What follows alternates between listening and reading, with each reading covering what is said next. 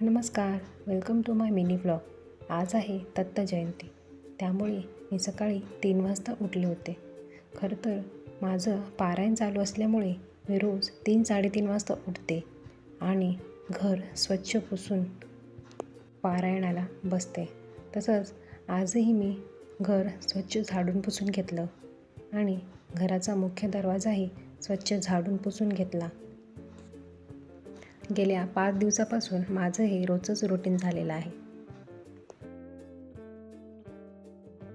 घर झाडून पुसून घेतल्यानंतर मी अंघोळीला गेले, स्वच्छ अंघोळ केली आणि दरवाजात बाहेर हळदीचं लेपन केलं, छान रांगोळी काढली, दरवाजावर स्वस्तिक काढला.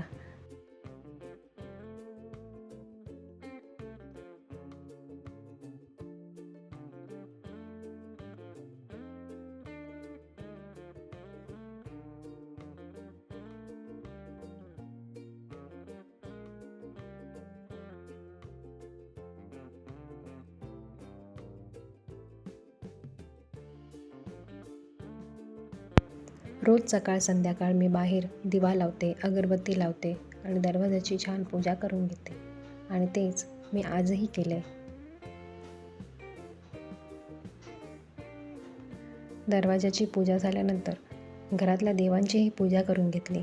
श्री गुरुदेव दत्त या नामाचं स्मरण करून गुरुचरित्राचं अध्याय वाचून घेतले, दत्तगुरूंची पूजा करून घेतली, जप करून घेतला.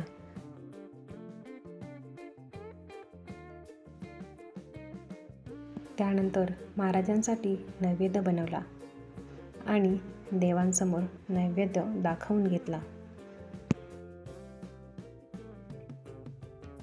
पूजा झाल्यानंतर घरातली बाकी सर्वांसाठी मी पोहे बनवून घेतले आणि त्यानंतर मी माझ्या तयारीला लागले, कारण मला ऑफिसला जायचं होतं.